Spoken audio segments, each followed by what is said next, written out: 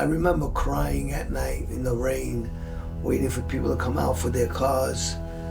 It was a very humbling experience. I was thinking I could probably break a window in one of these restaurants, one of these places, because it was a business place, and make more money than I'm getting right now.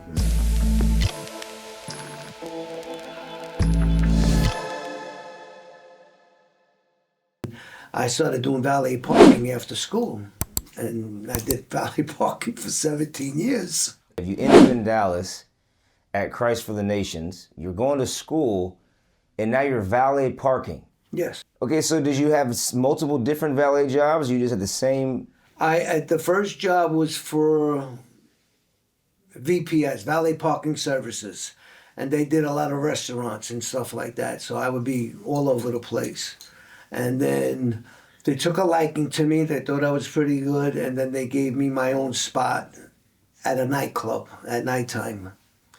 And then after I started doing that, they asked me if I would just sublease that contract from them, and that's what I did. So I would give them a certain amount of money every month, every week, and then whatever extra was there, I would keep for myself. So I had people working underneath me. And then that started going down the tubes a little bit.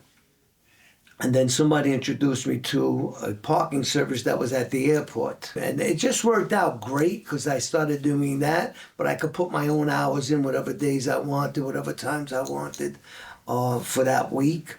And it worked out great. So it was, at that time, $10 an hour on whatever tips you made. Hardest part for me one time was it was raining and you have to stay there. After you park everybody's cars, you have to stay there for when they're going to pick up their cars, even if it's raining. But I remember crying at night in the rain, waiting for people to come out for their cars. It was a very humbling experience. I was thinking I could probably break a window in one of these restaurants, one of these places, because it was a business place, and make more money than I'm getting right now. Did you feel like during that time that you were being prepared for something greater than what you were doing then, or you just feel like, well, this is just kind of what my life is now? At that time, I think it was more or less, this is the life I chose. This is what I'm going to be. I try to teach younger kids that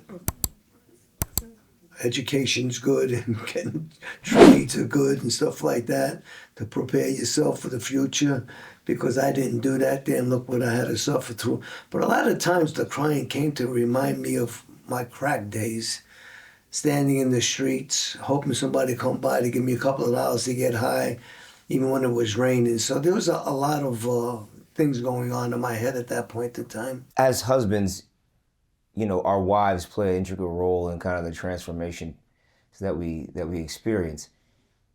How was Patricia during this time? And was she pushing you to do more? Was she content with where you were at? Did she have a vision of you doing greater things? I mean, talk to us a little bit about that relationship. I wish she was here to tell you that I can't know exactly everything that was going on in my wife's mind. My wife came from a broken relationship too. She was married twice.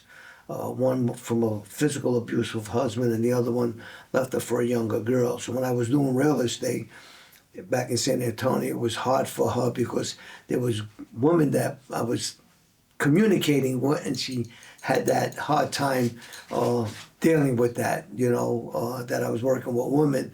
Because, both of us came into a lot of the relationship with a lot of baggage. So there was stuff that was there. But my wife didn't understand the ministry aspect of my life. She helped me with the nursing home ministry. But when I started doing other things like going out and stuff like that I'm doing now, it was before the stuff that I'm doing now. She didn't understand it fully. She thought I should have been working harder, maybe getting 2 jobs. But, I had explained to my wife from the beginning that my heart was for ministry more than it was for, and maybe it sounds stupid, but I just felt God had called me for ministry more than anything else. So there was some stuff that was a little hard for my wife to understand. I think a lot of times it felt like she was bringing more money home than I was, and it should have been the opposite way. So, women basically two things. One, security. You know what I mean? That's a big thing I think for a woman, at least for most women. Maybe not every woman, but security, paying your bills and making sure that everything's gonna be okay and you're gonna stay in the home that you have, or not have to move because you know you don't have the finance and stuff.